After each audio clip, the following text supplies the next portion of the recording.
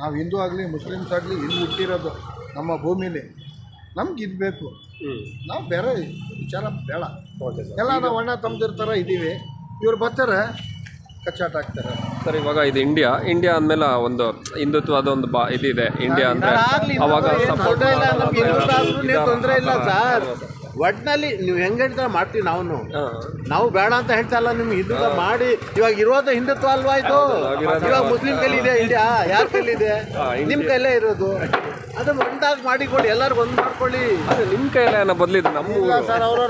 Sir, ಏನೇ ಜಾತಿ ಏನೇ ಇರಲಿ ನಮ್ಮೂರಿದು ಸರ್. ಅದು ಇಲ್ಲಿ ಈಗ ನಾವು ಪಾಕಿಸ್ತಾನ ಇದ್ರೂ ಪಾಕಿಸ್ತಾನ ಬೇಡ. ನಾವು ನೋಡಿದ್ದೀವಿ, ಅವ್ರ ಜೊತೆಲಿ ಇದ್ದಿ. ಸೌದಿಯಲ್ಲಿ ಕೆಲಸಕ್ಕಿದ್ದು ನಾನು ನೋಡಿದ್ದೀನಿ. ಅವ್ರಿಗೆ ಸರಿಗಿಲ್ಲ ನನ್ನ ಮಕ್ಕಳವರು. ಅವರು ಯಾವಾಗಲೂ ಕೆಟ್ಟವರು, ಅವರು ಸರಿಗಿಲ್ಲ ಅವರು. ನಾವು ಇವಾಗ ನಾನು ಸೌದಿಲಿ ಇದ್ದೆ. ನಾನು ಫುಲ್ ಪಾಕಿಸ್ತಾನಿಗಳು ಇದ್ರು ಅಲ್ಲಿ. ನನಗೆ ಒಂಥರ ಆಯಿತು ಸೌದಿಲಿ ಕೆಲಸ. ಅಲ್ಲಿ ನಾವು ಇಂಡಿಯಾದ ಬಂದರೆ ಎಲ್ಲ GST ತೆಗಿತೀನಿ ಅಂತ ಹೇಳಿದ್ದಾರೆ. ಆಮೇಲೆ ಡೀಸೆಲ್ ಪೆಟ್ರೋಲ್ ಕಮ್ಮಿ ಆಗಬಹುದು. ಅವಾಗ ಕಾಂಗ್ರೆಸ್ ಇದ್ದಾಗ ಪೆಟ್ರೋಲ್ ರೇಟ್ ಏನಿತ್ತು ಸರ್? ಕಮ್ಮಿ ಇತ್ತು ಆವಾಗ. $155ಗೆ $70 ನಮಗೆ ಸಿಗ್ತಾಯಿತ್ತು. ಈಗ $65ಗೆ $100 ಸಿಗ್ತಾ ಇದೆ. ಬ್ಯಾರಲ್ 65 ಇದೆ. ಈಗ ಸಿಗ್ತಾ ಇರೋದು ನಮಗೆ $100ಗೆ. $155 ಇದ್ದಾಗ $70 ಸಿಗ್ತಾಯಿತ್ತು. ಉಲ್ಟಾ ಆಗಿದೆ. ಕಾಂಗ್ರೆಸ್ ಎಲ್ಲ ಒಂದು 54 ವರ್ಷ ಆ ಥರ ಎಲ್ಲ ಆಡಳಿತ ಮಾಡಿದ್ರು. ಪೆಟ್ರೋಲ್ ರೇಟ್ ಬಂದ್ಬಿಟ್ಟು ಒಂದು ₹56 ಜಾಸ್ತಿ ಆಗಿದ್ದು ಅವ್ರು ಇದ್ದಿದ್ದ ಟೈಮಲ್ಲಿ. ₹54 ಏನೋ ಬಂದು ಒಂದಿಷ್ಟು ವರ್ಷಕ್ಕೇ ಪೆಟ್ರೋಲ್ ಪ್ರೈಸ್ಗಳು ಈ ಥರ ಜಾಸ್ತಿ ಆಯ್ತಲ್ಲ ಅಂತ ಜನ ಯೋಚನೆ ಮಾಡ್ಬೋದಲ್ಲ ಒಂದು ಕಡೆ. ಹೌದು, 56 ಇವ್ರು ಏನಾದರೂ 56 ವರ್ಷ ಮೋದಿಯವರು ಇದ್ಬಿಟ್ಟಿದ್ದಾರೆ. ಈಗ ₹500 ಆಗ್ಬಿಟ್ಟಿರೋದು ಪೆಟ್ರೋಲ್. $155 ಕೊಟ್ಟು ಅವರು ಒಂದು ಬ್ಯಾರಲ್ ತೊಗೊಂಡಿದ್ದಾರೆ. ಈಗ ಮೋಸ್ಟ್ಲಿ ನಮಗೆ 300ಗೆ ಕೊಡೋರು ಅವ್ರಿಗೆ. ಈಗ ಒಬ್ಬೊಬ್ಬರು ಜನ ಹೇಳ್ತಾರೆ ಸುಮ್ಮನೆ ₹500 ಎಲ್ಲ ಆಗ್ಬಿಡುತ್ತೆ ಅಂತ ಹೆಂಗೆ ಹೇಳ್ತಾವ್ರಲ್ಲ.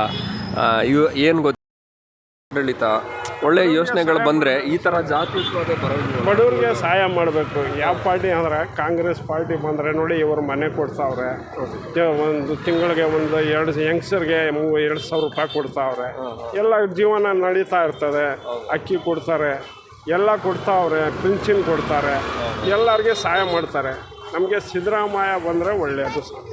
ನಮ್ಮ ಕರ್ನಾಟಕ ಸಿದ್ದರಾಮಯ್ಯ ಬಂದರೆ ಒಳ್ಳೆಯದು. ಈಗ ಒಂದೊಂದು ಕಡೆ ಅವರು ಊರೆಲ್ಲ ಬೇರೆ ಬೇರೆ ಊರಿಗೆಲ್ಲ ಹೋಗ್ತಾರೆ ಮೋದಿಯವರು.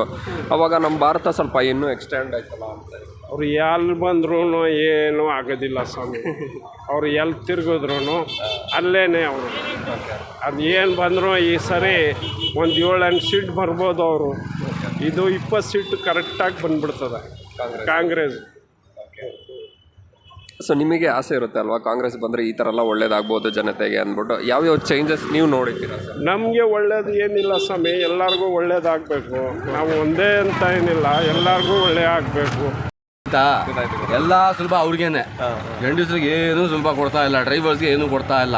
ಆ ಸೆಂಟ್ರಿಂದ ನೋಡಿದ್ರೆ ಡ್ರೈವರ್ ಆಕ್ಸಿಡೆಂಟ್ ಮಾಡಿದ್ರೆ ಎಷ್ಟು ಲಕ್ಷ ಕಟ್ಟಬೇಕು, ಅವ್ನಿಗೆ ಏನು ಆಕ್ಸಿಡೆಂಟ್ ಆಗಿಬಿಟ್ರೆ ಜೈಲ್ ಆಗಿಬಿಡ್ತದೆ ಅಂತ ಅವ್ನು 10 ಲಕ್ಷ ಮಡಿಕೊಂಡಿದ್ರೆ ಯಾಕೆ ಆಟೋ ಓಡಿಸ್ತಾನೆ, ಯಾಕೆ ಡ್ರೈವರಿಂಗ್ ಕೆಲಸ ಮಾಡ್ತಾನೆ, ಯಾವುದು ಅವನು ಅಂಗಡಿ ಹಾಕೊಂಡು ಬಿಸ್ನೆಸ್ ಮಾಡ್ತಾನೆ.